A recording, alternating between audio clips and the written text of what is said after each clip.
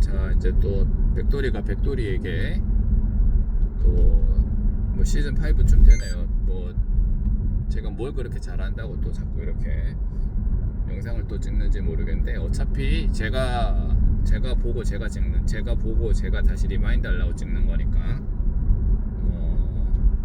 공잘 치시는 분들은 일단 볼 필요가 없고요. 그 다음에 이제 잘 치시는 분들은 나도 옛날에 저런 생각을 했었지, 내지는 쟤는 저렇게 생각하고 있네, 뭐 요런 거를 보시는 것도 괜찮지 않을까 싶어요.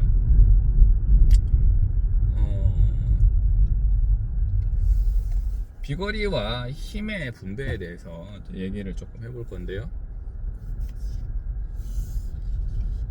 공을 칠 때 힘을 많이 줄 수 있으면 줄수록 좋습니다. 왜냐하면 힘을 많이 주면 스핀을 더 많이 먹고, 그 다음에 거리도 더 멀리 나가기 때문이죠. 탄도를 조절해서 힘을 강하게 줄 수 있으면 탄도를 좀 더 높게 띄워서 공을 바로 아래로 내려 꽂을 수 있잖아요. 송고처럼, 아이언 송고처럼 이렇게 콱 하고 찍을 수 있죠. 근데 거기다 백스핀까지 많이 먹으면 서는 거고요. 그래서 이제 샷을 할 때 기본적으로 힘이 많이 들어가면 좋습니다. 그런데 힘이 많이 들어가면 좋은데 그 전에 지켜야 될 부분들이 있는 거죠. 지켜야 될 부분을 못 지키면서 힘이 들어가, 그러니까 힘이 들어가서 지켜야 될 부분이 일그러지면 그거는 망하는 거죠. 잘못된 방향으로 세게 쳐가지고 오차율만 높이는 거죠. 그렇게 치면 안 되는 거죠. 그렇습니다. 그래서 저는 요새 뭐 드라이버는 별로 신경도 안 쓰고요. 아이언샷이랑 숏 어프로치 쪽에 재미가 많이 들어서 우드랑 유틸리티 드라이버를 연습 안 한 지 꽤 오래된 것 같아요. 드라이버는 연습을 너무 안 하면 안 되니까 양심상 하루에 10개는 해주고요. 근데 그 이상은 잘 안 치는 것 같습니다. 드라이버 잘 치고 아이언 못 쳐가지고 이제 야 드라이버 잘 쳤다고 박수 치고 뚜벅뚜벅 걸어가지고 아이언 치는데, 세컨샷은 다른 사람들은 온 했는데 나는 이제 드라이버 잘 쳐놓고 세컨 온 못하거나 이상한 데 나가가지고 뭐 해저드 빠지고 이런 경우 비일비재하거든요. 그래서 드라이버에 대한 비중은 자꾸 줄고요, 세컨샷 아이언에 대한 비중이 자꾸 늡니다. 아이언이 잘 돼야 그 다음에 숏게임도 의미가 있어지는 거예요. 뭐 공 희한한 데 갖다 놓고 여기서부터 숏게임 잘하니까 많이 할 수 있다, 이거는 제가 볼 때는 좀 아닌 것 같습니다. 꽤 괜찮은 위치에 놔뒀고 이제 뭐 숏게임을 해가지고 한번 비빌 만한 상황이다, 그런 경우에서 숏게임이 빛을 발하는 거지, 뭐 얼토당토 하는 데 갖다 놓고 굉장히 어려운 데 갖다 놓고 여기서 숏게임으로 커버한다, 이거는 말이 안 되죠. 프로들도 잘 못하는데 우리 아마추어가 하겠습니까? 숏게임을 잘하기 위해서는 아이언을 잘 쳐야 된다. 아이언을 잘 치기 위해서 드라이버를 잘 쳐야 되는 거는 꼭 그건 맞지는 않는 것 같아서 그렇습니다. 그래서 이제 얘기가 샜는데, 아이언 샷을 정확하게 메이킹하기 위해서 굉장히 중요하게 생각하는 게 두 개가 있는데요. 첫 번째는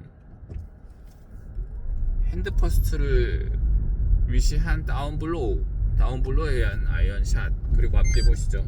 이게 일반적인 아마추어 분들이 다 그런 거를 꿈꾸죠. 그렇습니다. 요게 가장 중요하고요. 두 번째는, 그러니까 공이 맞을 때 손목의 모양을 말하는 거예요.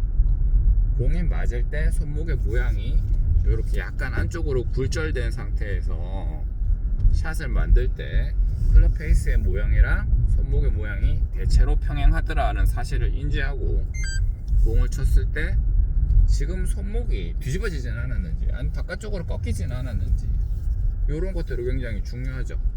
두 번째는 임팩트 지점에서 클럽 페이스에서 스위트 스팟을 때릴 수 있는가, 두 개입니다.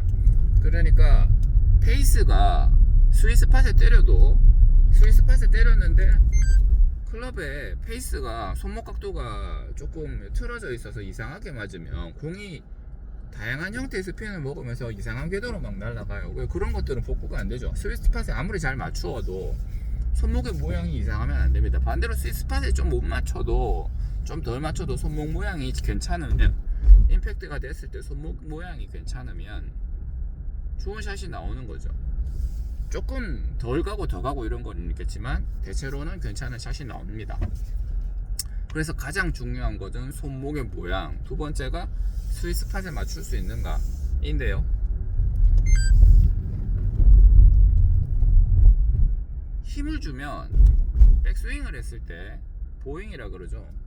이 보잉의 모양이 우리가 실제로 공을 칠 때의 모양입니다. 어드레스를 했을 때의 모양과 공이 실제로 맞을 때의 손목의 모양은 완전히 틀리죠. 그러니까 어드레스 모양 그대로 맞추려고 하면 안 되고요.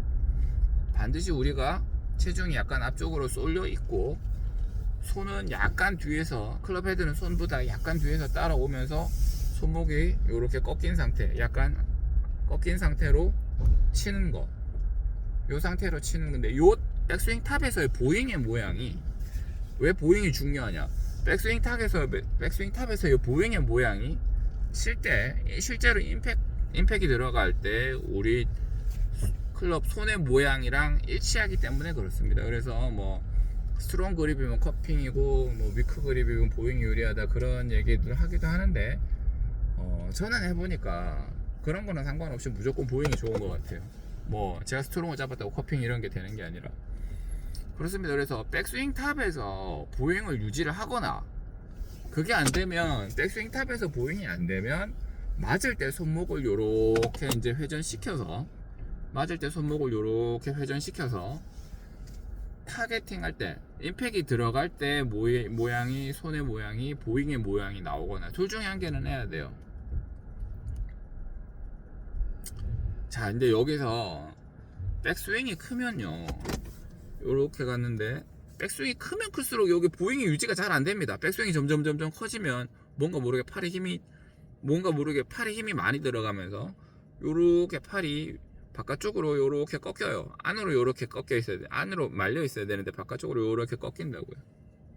백스윙의 양이 많으면 많을수록 요 보잉의 모양이 유지가 잘 안 됩니다.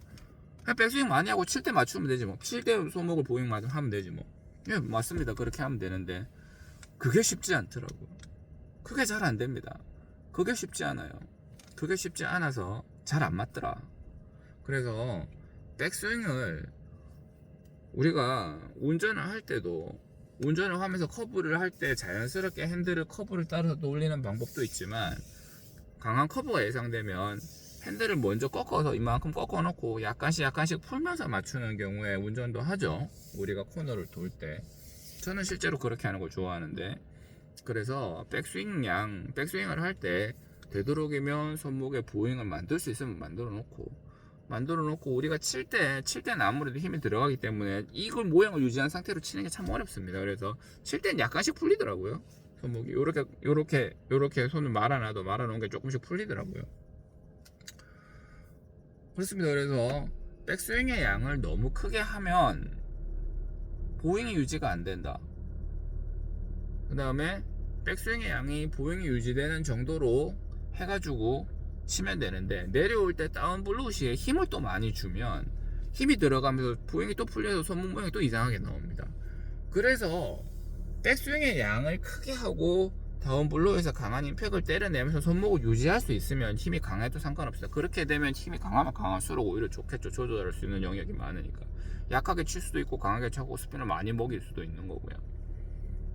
근데 그게 형태가 유지가 안 되면 아무런 의미가 없습니다.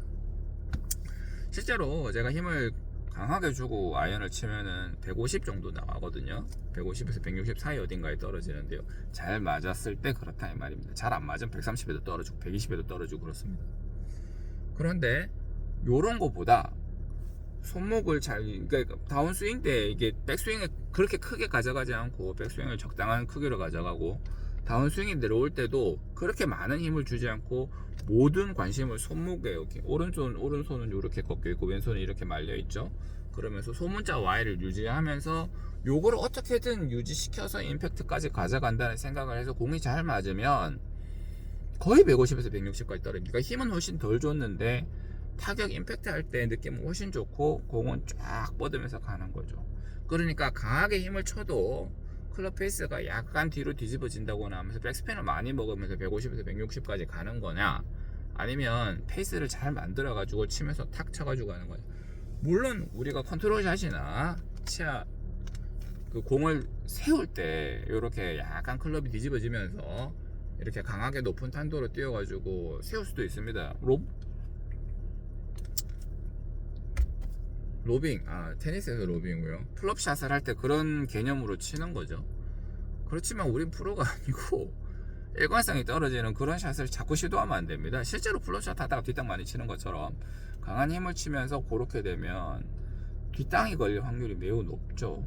아니면 조금 일어나면서 공을 옆면으로 까가지고 핑 하고 날아가는 속칭 망하는 샷 이런 게 나올 수가 있기 때문에 그렇습니다. 그래서 힘을 주는 건 좋지만 그 힘을 주는 한계치는 내 손목이 찌그러지지 않는, 임팩트에서 손목이 찌그러지지 않는 정도.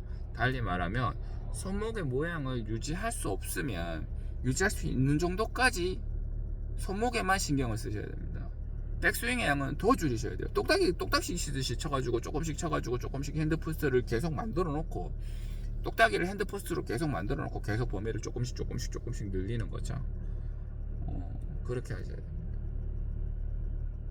그게 잘 되면 정타 맞는 거는 생각보다 쉽습니다. 정타는 어드레스의 문제거든요. 내가 설정값의 문제이기 때문에 내가 핸드퍼스트로 손목 모양이 안정적으로 유지되고 그 궤도가 결정이 되면 그 다음부터 정타 맞추는 거는 그렇게 어렵지 않습니다. 손목이 유지가 되면 정타 맞추는 건 그렇게 어렵지 않습니다. 정타 맞추는 게 어려운 이유는 손목이 칠 때마다 제각각이기 때문에 정타가 잘 안 맞는 것이지, 안정적인 궤도가 만들어지고 나면 비교적 정타가 수월하죠. 그리고 안정적인 손목이 맞춰지고 나면 약간 뒷땅을 치든 약간 탑핑을 치든 거기에 공이 뭐 10m 더 가고 10m 덜 가고 그런 거지. 그럼 거기서부터 어차피 투혼할 거 아니면 숏게임의 영역인 거잖아요. 근데 그런 것이지 뭐 다른 그 외에 다름이 아닙니다. 거리보단 방향성이 훨씬 중요하고 그렇습니다. 그 다음에 임팩트 지점보다는 임팩트 때 손목 모양이 훨씬 중요하다. 그 두 개가 잘 잡혀야 되고, 그래서 핸드퍼스 다운블로우 연습을 굉장히 많이 하고 있고, 처음엔 오히려 더 안 맞는 듯한 느낌이 들다가 시간이 지나면서 확 다시 회복을 하는 거죠. 지금 그런 과정이 있습니다. 그런 거를 많이 리마인드 하려고 영상을 찍었습니다.